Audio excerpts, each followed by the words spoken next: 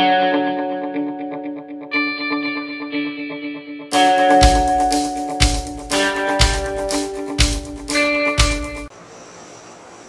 Dear students, मैं पीके सिद्धांत आप लोगों के साथ सॉलिड स्टेट के नेक्स्ट लेक्चर को डिस्कस करने आया हूँ। हमने लास्ट क्लास में यानी फर्स्ट लेक्चर में हमने पढ़ा था सॉलिड स्टेट के बारे में कि भाई टाइप्स ऑफ सॉलिड पढ़ा था। फिर उसके बाद हमने पढ़ा था क्रिस्टल लैटिस, फिर हमने पढ़ा था ब्रेवियस लैटिस, फिर हमने पढ़े थे टाइप्स ऑफ यूनिट सेल, फिर उसमें देखे थे नंबर ऑफ एटम कितने होते हैं, फिर हमने पैकिंग फ्रैक्शन देखा था। ठीक है, आज हम लोग जो है वहाँ से आगे बढ़ेंगे। आगे बढ़ने से पहले कुछ पॉइंट्स को हम लोग एक बार नोट डाउन करेंगे।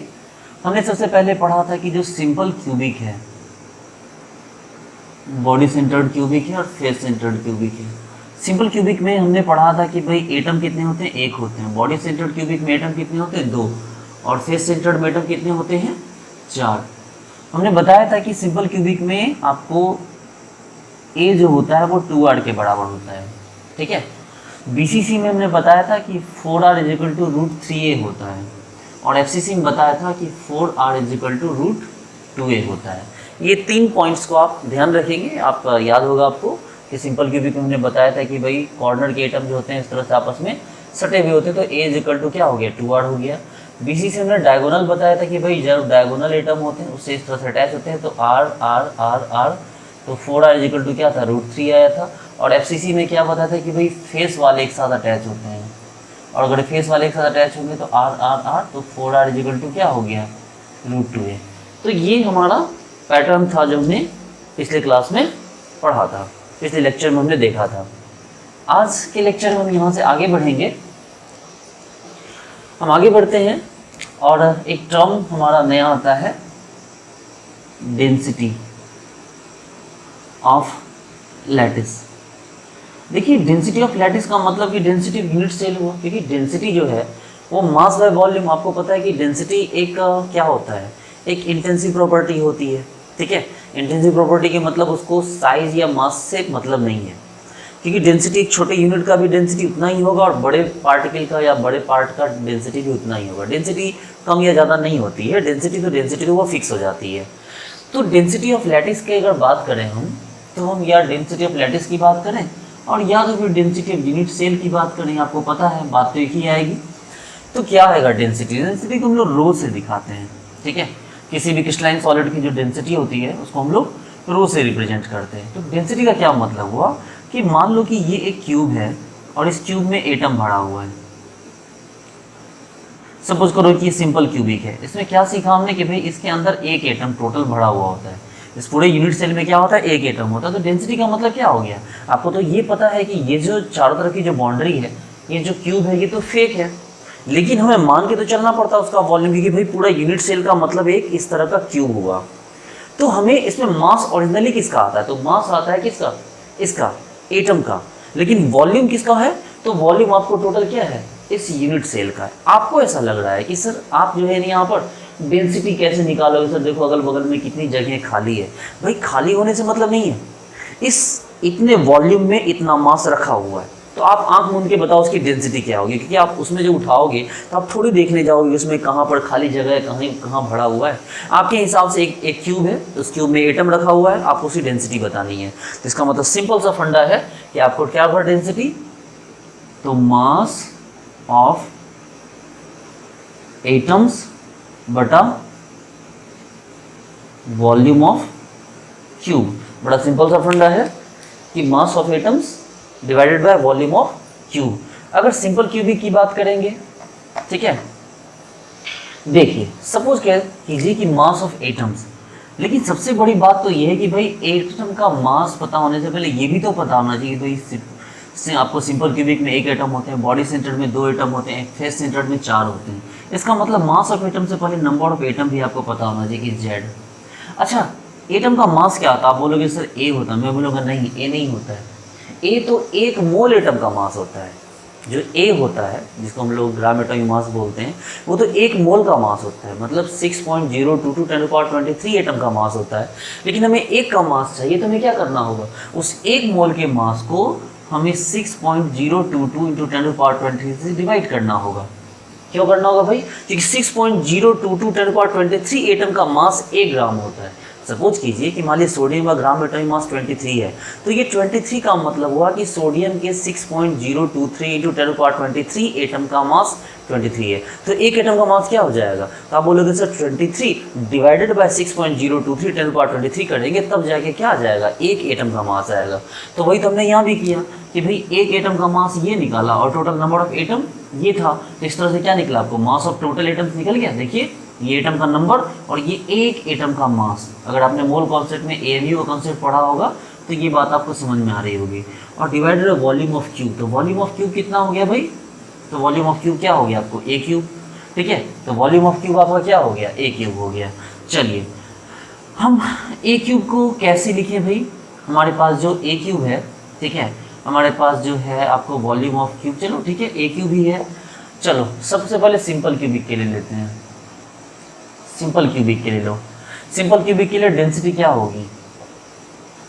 ठीक है, तो यहाँ पर आपको पता चला कि भाई यहाँ पर आपका मेनली फॉर्मूला क्या आ गया? Z into A divided by ये क्या हो गया आपको? Avogadro number Na। और ये क्या हो गया? तो ये हो गया आपको कौन सा? वॉल्यूम। ठीक है, आप यहाँ पर A को जो है कन्वर्ट करके आप यहाँ पर M की तरह ले सकते हैं। M4 भी मॉलिक्यूलर मास ही होगा, चाहे आप एटॉमिक मास लीजिए या मॉलिक्यूलर मास लीजिए। ठीक है, और ये क्या हो गया आपको? ये आपको इसको ऐसे ले लीजिए A क्यूब। बात एक ही है, इसको ऐसा इसलिए लिख रहे ताकि आपके पास याद करने का तरीका आ जाए। देखो जमना, जमना यानी कि आपको याद रखने का तरीका हो गया ऐसे, डेंसिटी इक्वल टू जमना। आप डायरेक्ट याद रख लोगे, बात तो वही है, Z इंटू मॉलिक्यूलर मास या एटॉमिक मास और divide by Avogadro number into volume. लेकिन आपको याद कैसे रखना है? जमना, जमना। देखिए A क्यूब को हम लोग आ बोलेंगे। तो इस तरह से हमारे पास डेंसिटी का फॉर्मूला आ गया। ठीक है, इसको आप याद रखेंगे जमना। एक कॉन्सेप्ट लगा दीजिए यहाँ बड़ा कि डेंसिटी का फॉर्मूला क्या हो गया आपको? यहाँ पर जमना हो गया। ठीक है, ओके। हाँ, अब यहाँ ध्यान देने वाली बात है, सिंपल क्यूबिक के लिए Z का वैल्यू 1 होगा और A का वैल्यू क्या होगा? 2R का क्यूब हो जाएगा। बॉडी सेंटर्ड क्यूबिक के लिए Z का वैल्यू 2 हो जाएगा और आपको क्या हो जाएगा? A का वैल्यू आपको 4R/√3 का होल क्यूब हो जाएगा। फेस सेंटर्ड के लिए Z इक्वल टू 4 हो जाएगा और A क्यूब का वैल्यू क्या हो जाएगा? 4R/√2 का होल क्यूब हो जाएगा। तो इस तरह से आप क्या कर सकते हैं? डेंसिटी निकाल सकते हैं। इसमें हम लोग कुछ क्वेश्चन कर लेते हैं। ठीक है, तो क्वेश्चन हम लोग यहाँ पर कर रहे हैं। ठीक है, चलिए okay.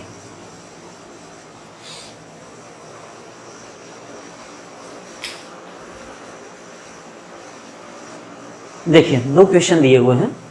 A substance form FCC lattice. भाई जैसे ही FCC का नाम लिया हमारे दिमाग में बिजली से घूम गई और हमने उसका फिगर बना लिया कि भाई FCC ऐसा होता है। ठीक है, FCC ऐसा होता है। चलिए, मतलब आप इक्वल साइज का ही लेंगे, ऐसा नहीं कि आप अलग अलग साइज का लेंगे।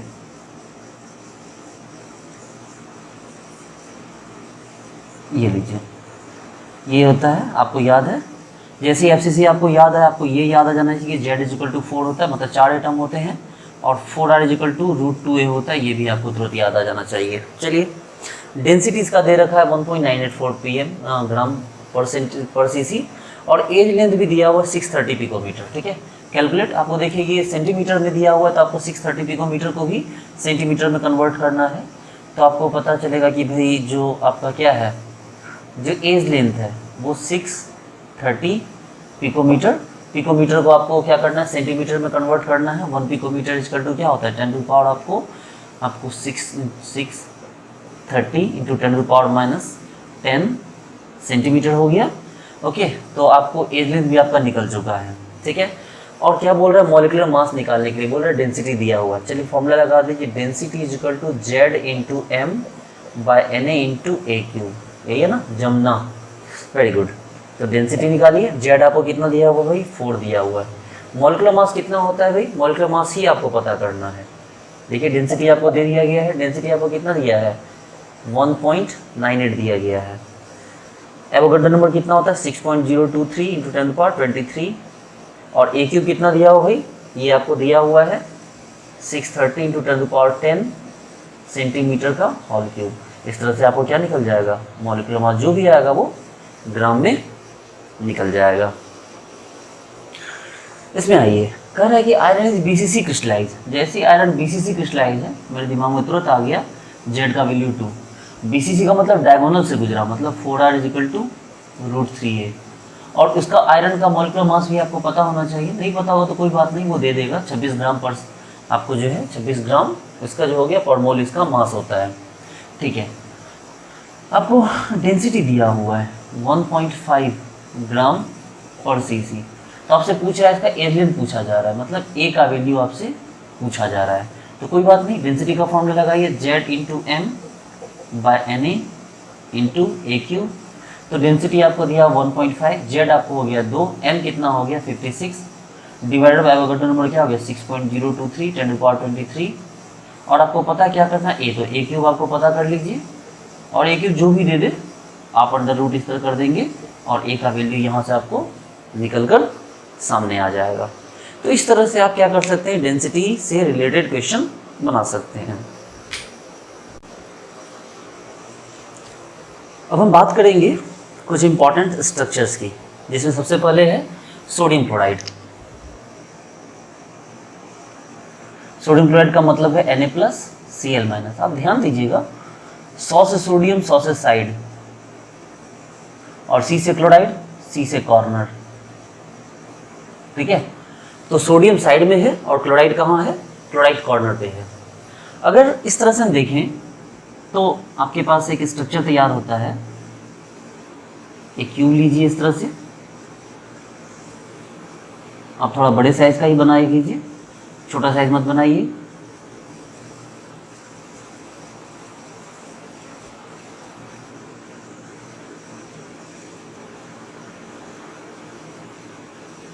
ये देखिए, मैंने क्या बोला, सोडियम साइड में रखना है। ये देखिए, जो ब्लैक कलर को रख दीजिए सोडियम, ये है साइड, या इसको हम लोग प्यार से एज कह सकते हैं। ये सोडियम आ गया साइड में, और क्लोराइड आ गया कॉर्नर पे। ये ले लीजिए क्लोराइड,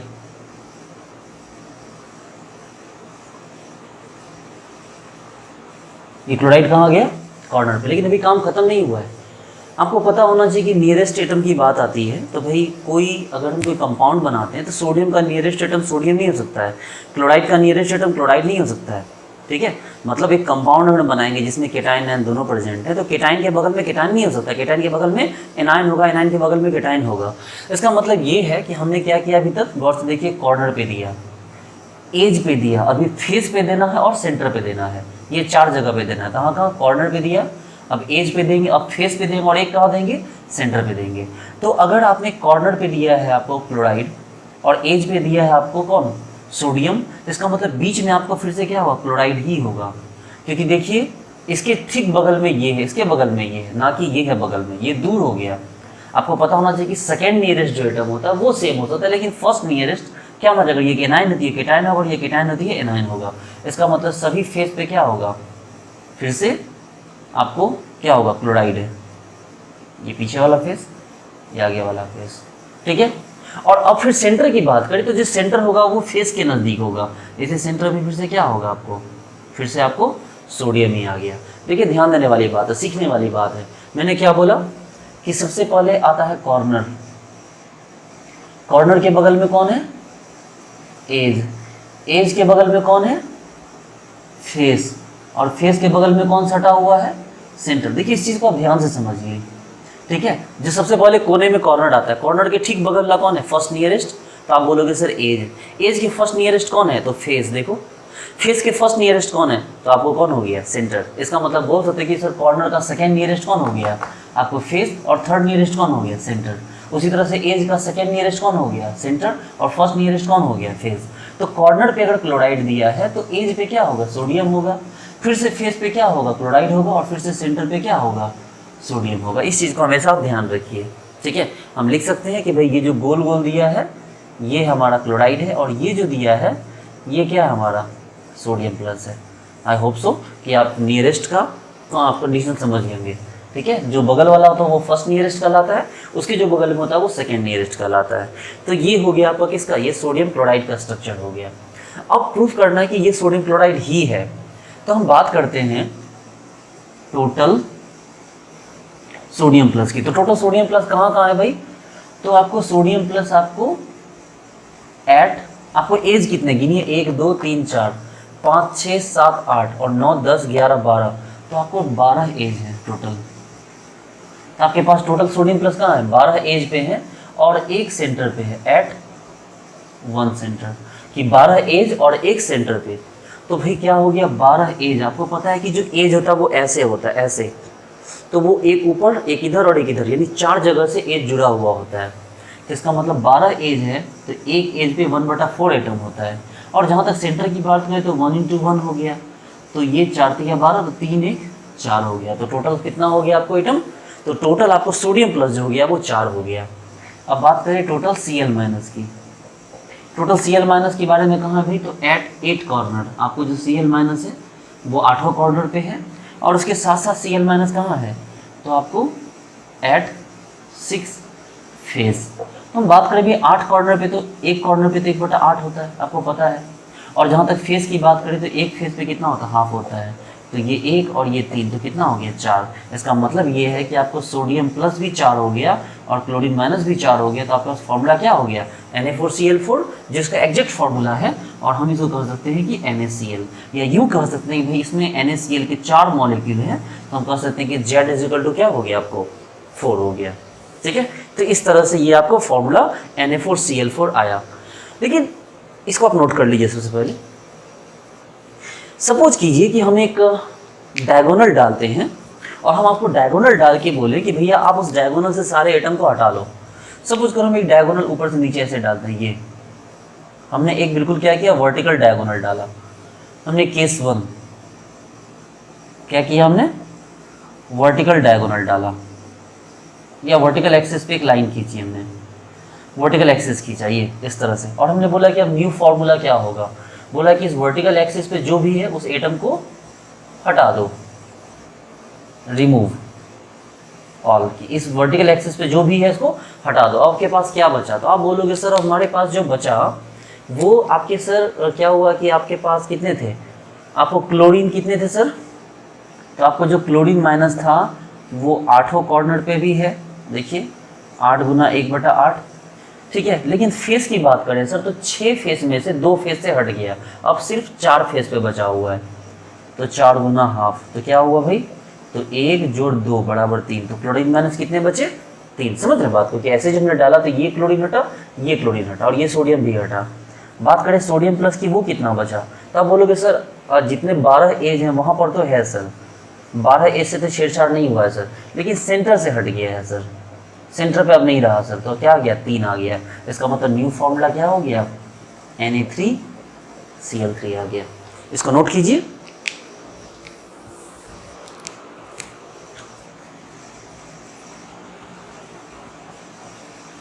अब इसी में अगर इसी क्वेश्चन को दूसरे तरीके से पूछता, ठीक है, ये तो केस 1 था, इसी को केस 2 पूछे। केस 2 पूछ रहा है कि भाई अब हम सेंटर से नहीं हटा, अब हम ऐसे एक्सिस नहीं डाल रहे हैं, अब बोल रहा है कि आप जो डाल रहे हो वो एक डायगोनल एक्सिस डाल रहे हो। डायगोनल एक्सिस बोले तो कि इस तरह से आपने डायगोनल एक्सिस एक डाला, ध्यान दीजिए। डायगोनल एक्सिस का मतलब ये हो गया, ये यानी कि इस कॉर्नर से सेंटर होते हुए इस कॉर्नर को, देखिए इस कॉर्नर से सेंटर होते हुए इस कॉर्नर को मिलाना, तो हटा क्या क्या, एक ये कॉर्नर हटा, एक ये कॉर्नर हटा, और बीच में ये सेंटर हट गया। अब पूछा जा रहा है कि भाई अब न्यू फॉर्मूला क्या होगा, केस 2 ले लीजिए। क्या बोल रहा है, वर्टिकल नहीं, अब यहाँ पर क्या बोल रहा है, डायगोनल एक्सिस से सबको क्या कर दीजिए, रिमूव कर दीजिए। और अब बताइए कि न्यू फॉर्मूला क्या होगा, ठीक है। तो भाई ध्यान दीजिए, इस बार क्या हुआ, इस बार Cl- कितने बचे भाई, आपके पास 8 कॉर्नर पे Cl- थे, इस बार 6 ही कॉर्नर पे Cl- बचा। देखिए आप 8 कॉर्नर से इसको हटा दो,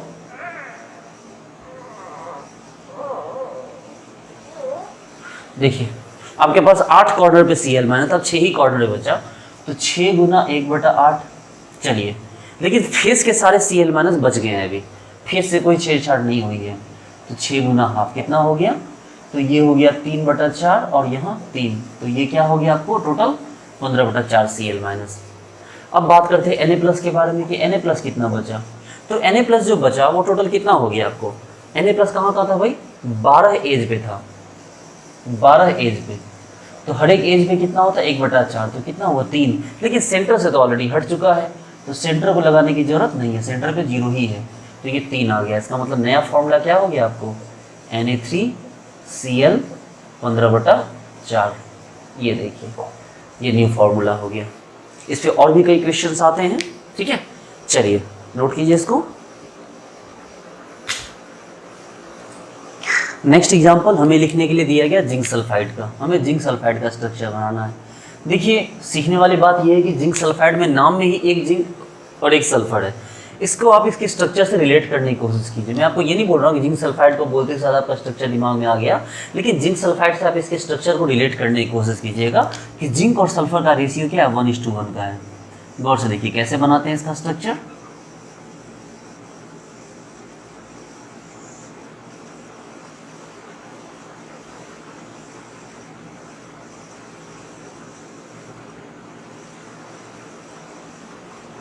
ये देखिए इसमें सबसे पहले क्या करेंगे हम, ये जो सल्फाइड है वो सल्फाइड को हम सारे कॉर्नर पे रख देंगे, ठीक है, सारे कॉर्नर पे रख दिए और सारे फेस पे रख दिए।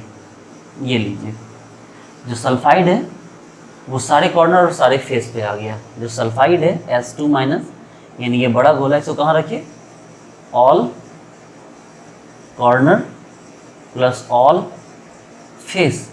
अब जिंक +2 को कहाँ रखेंगे, तो जिंक +2 को क्या करेंगे, गौर से देखिए, एक टेट्राहेड्रल पोजीशन पे रखते हैं हम।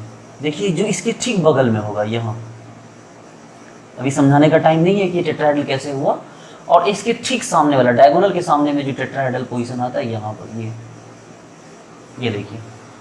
उसी तरह इसको, अब ये लाइन लिया, अब इस नीचे वाले में ये लाइन लेंगे, देखो इसको यहाँ टेट्राहेड्रल पोजीशन बना, इसके बगल में जो होगा ना वो टेट्राहेड्रल पोजीशन होगा, और फिर इसके सामने ये है तो इसके सामने जो टेट्राहेड्रल पोजीशन आएगा यहाँ पर रखना है। तो ये जिंक +2 यहाँ पर होगा।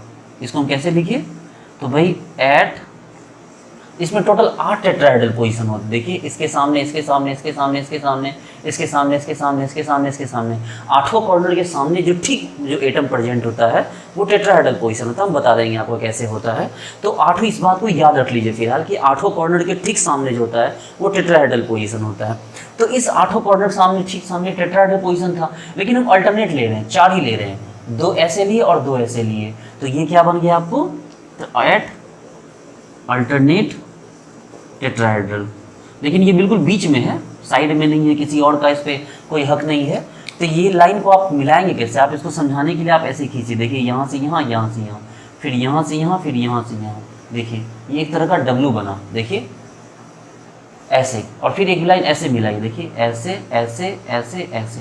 देखिए ये M बना, और ये एक ही लाइन में नहीं बना, अगर ये इस डायगोनल के साथ बना है तो ये इस डायगोनल के साथ बना है, तो हमने वही लिखा एट अल्टरनेट टेट्राहेड्रल, ठीक है। फिलहाल इसको आप ध्यान रखिए, इसको समझने के लिए आपको डायमंड क्यूबिक समझना होगा, और ये डायमंड क्यूबिक आपके सिलेबस से बाहर है, ठीक है। चलिए तो आप फिलहाल ये समझिए, बस इस बात को याद रखिए कि सभी कॉर्नर के ठीक सामने एक टेट्राहेड्रल पोजीशन होता है। तो 8 कॉर्नर है तो 8 टेट्राहेड्रल पोजीशन होंगे, लेकिन हमें 8 को नहीं उठाना, 4 को उठाना है। 4 जगह जिंक रखेंगे, 2 इसके सामने और ठीक 2 उसके ऑपोजिट डायरेक्शन में इसके सामने नीचे, यानी ऊपर एक W बनेगा और नीचे क्या बनेगा, एक M बनेगा। तो यही हो गया जिंक सल्फाइड का ओरिजिनल स्ट्रक्चर। अब बात करते हैं कि जिंक +2 कितना हो गया। तो जिंक +2 आपको कहाँ कहाँ है भाई, एट 4 अल्टरनेट टेट्राहेड्रल पोजीशन। देखिए पोजीशन कहाँ है वैसे मतलब नहीं, लेकिन अंदर है ना, इसका मतलब इस पे किसी और का कोई हक नहीं है। ये जो भी है कंप्लीट इसके अंदर है, इस पे किसी और का कोई मतलब नहीं बनता है यहाँ पर। तो क्या हो गया भाई, तो आपको पता है कि भाई 4 हैं और सभी अकेले हैं, सभी एक एक प्रेजेंट है, कोई भी है तो बिल्कुल ठीक बीच में है अंदर, उस पर किसी और यूनिट सेल का कोई हक नहीं है। तो जिंक कितने हो गए, 4। और सल्फाइड की बात करें तो सल्फाइड कहाँ है, तो एट 8 कॉर्नर और प्लस कहाँ 6 फेस। तो भाई 8 कॉर्नर हो गया तो 8 गुना 1/8, और 6 फेस हो गया तो 6 गुना 1/2। तो कितना हो गया भाई, 1 और जोड़ कितना 3 यानी 4। इसका मतलब आपके पास फॉर्मूला क्या आ गया Zn4S4, यानी आपका फॉर्मूला क्या आ गया, आपका फॉर्मूला Zns आया। और वंस अगेन Z यानी total number of molecule in unit cell कितना आ गया 4 आ गया। तो ये हो गया आपको जिंक सल्फाइड का, ये ऐसे को हम लोग क्या बोल सकते हैं जिंक ब्लेंड का फॉर्मूला। ठीक है, चलिए नोट कर लीजिए।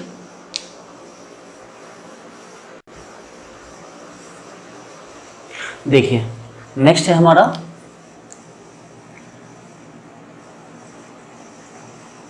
Fluoride structure. भाई फ्लोराइड स्ट्रक्चर का एग्जांपल समझ लीजिए, कैल्शियम फ्लोराइड हो गया, इसी में THO2 हो गया, इसी में UO2 हो गया। ठीक है, आप गौर से देखिए एक केटायन है 2 एनायन है, इसका मतलब केटायन से एनायन डबल है। तो बहुत आसानी सोचिए, जैसे हमने बनाया था जिंक सल्फाइड, हमने क्या किया कि सल्फाइड को साइड में रखा और जिंक को अंदर 4 टेट्राहेड्रल पे रखा, तो जिंक भी 4 सल्फर भी 4। अगर हमें ऐसा करना हो कि कैल्शियम से डबल फ्लोराइड बनाना है, तो हमारे पास सबसे बेटर ऑप्शन है कि हम कैल्शियम को क्या करें, 8 कॉर्नर 6 का 6 फेस पे दे दें, कैल्शियम कितना हो जाएगा 4, और फ्लोरीन को 8 टेट्राहेड्रल पोजीशन पर डाल दें। अभी थोड़ी देर पहले हमने जिंक सल्फाइड बनाया था, वहां पर हमने सल्फर को कॉर्नर और सरफेस पे रखा, लेकिन जिंक को हमने क्या कि सिर्फ 4 टेट्राहेड्रल अल्टरनेट टेट्राहेड्रल पे रखा। लेकिन अगर हम फ्लोराइड को अल्टरनेट पे ना रख के सभी टेट्राहेड्रल पे रख दें तो हमारा स्ट्रक्चर कंप्लीट हो जाएगा। गौर से देखिए,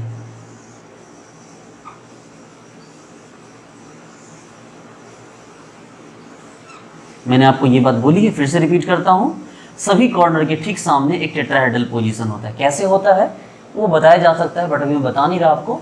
चलिए आप क्या करो, सभी कैल्शियम को कॉर्नर पे लो,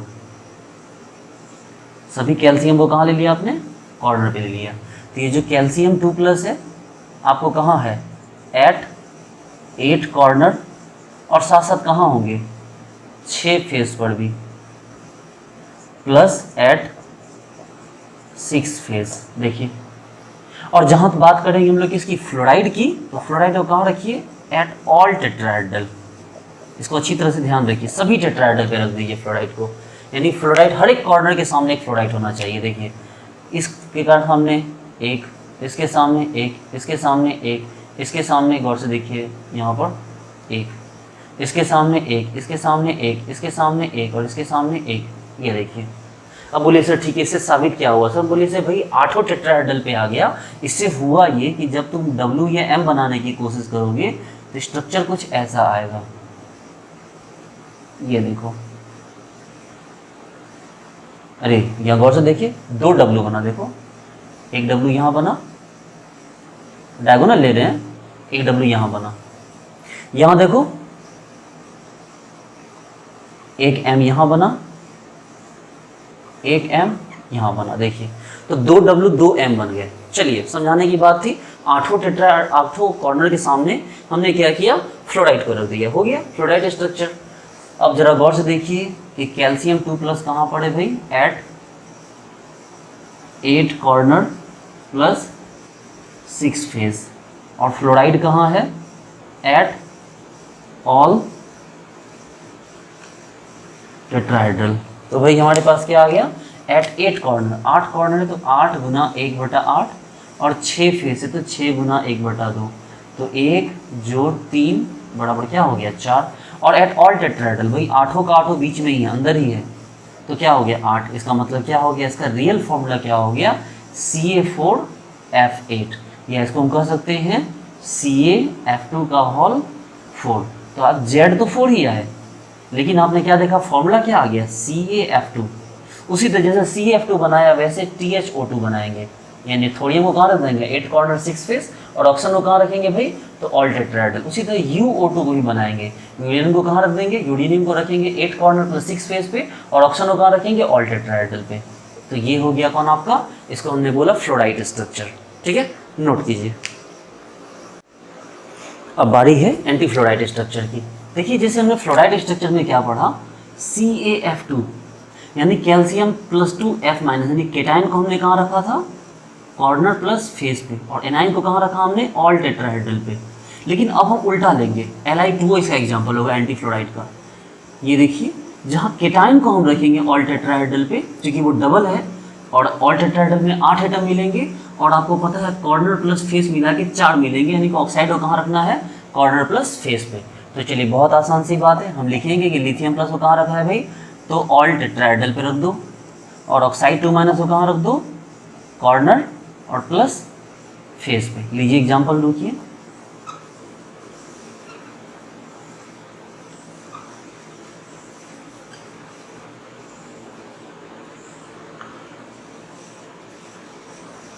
ये देखिए लिथियम प्लस का ऑक्साइड हो कहाँ लीजिए भाई, कॉर्नर और फेस पे। ये रहा 8 कॉर्नर और ये रहा 6 फेस, ठीक है। और लिथियम प्लस कहाँ है भाई, ऑल टेट्राहेड्रल, मतलब यहाँ है, यहाँ है, यहाँ है, यहाँ है, उसी तरह से ये यहाँ है, यहाँ है, यहाँ है और यहाँ है। चलिए मिला के देखिए कि भाई लिथियम प्लस 2 जो है, लिथियम प्लस ये छोटा वाला और ऑक्साइड जो है कौन, बड़ा वाला, ये कैसे अरेंज हुए। देखो यहाँ पर ये यहाँ से यहाँ, फिर ये यहाँ से यहाँ, तो ऐसे, फिर ये यहाँ से यहाँ, ये यहाँ से यहाँ, तो ऐसे देखो 2 W बने। उसी तरह 2 M भी बनेंगे, ये यहाँ से यहाँ, फिर ये यहाँ से यहाँ, और फिर उसी तरह ये भी बन गया 2 M। देखो तो 2 W भी बना और 2 M भी बना। अब ध्यान देने वाली बात यहाँ पर ये है कि इसका एग्जाम्पल कैसे सेट करें, तो भाई लिथियम प्लस कहाँ है, तो lithium plus all tetrahedral. All tetrahedral का मतलब हो गया 8 गुना 1 बराबर 8, मतलब 8 तो अंदर ही है। और जो आपको ऑक्साइड है वो ऑक्साइड कहाँ है, तो कॉर्नर प्लस फेस। तो कॉर्नर कितना हो गया, 8 कॉर्नर, एक कॉर्नर पे कितना होता है 1/8, और फेस कितना 6, एक फेस पे कितना होता है हाफ, तो 1 जोड़ 3 = 4। यानी इस बार लिथियम ही हो गया 8, ऑक्साइड हो गया 4। तो ये फॉर्मूला रहा Li8O4। इसको हम ऐसे भी लिख सकते हैं Li2O का क्या, होल 4। आप कह सकते हैं कि Z तो 4 ही है, लेकिन फॉर्मूला क्या आ गया हमारा, Li2O। और जिस तरह से Li2O एग्जिस्ट कर रहा है उसी तरह से Na2O भी एग्जिस्ट करेगा, उसी तरह से K2O भी एग्जिस्ट करेगा, उसी तरह से Rb2O भी एग्जिस्ट करेगा। तो ये आपको क्या हो गया, ये एंटी फ्लोराइड स्ट्रक्चर हो गया, फ्लोराइड के ठीक ऑपोजिट। ओके, नोट कीजिए। चलिए अब हमारे पास क्या है, एक एग्जाम्पल और है सीजियम क्लोराइड का, ठीक है। हमारे पास सीजियम क्लोराइड का एक स्ट्रक्चर है, तो इसमें हम क्या करेंगे, हमें सीजियम भी एक है, क्लोरीन भी एक है। ये स्ट्रक्चर जाता है टोटली FCC टाइप को फॉलो करता है। FCC कोई भी कंपाउंड FCC या कोई भी यूनिट सेल में नहीं आ सकता, क्योंकि यूनिट सेल में वो ही आएगा जहाँ पर सभी एटम एक ही टाइप के होंगे।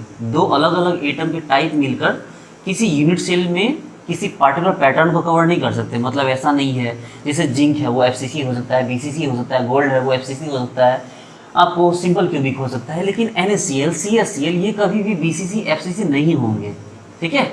हाँ, उसके टाइप के हो सकते हैं, जैसे यहाँ देखिए CaCl है, यहाँ पर सीजियम प्लस केटाइन यहाँ बीच में होगा, और सभी एनाइन जो होंगे वो यहाँ पर कॉर्नर में होंगे, ठीक है। बड़ा सिंपल सा फंडा है।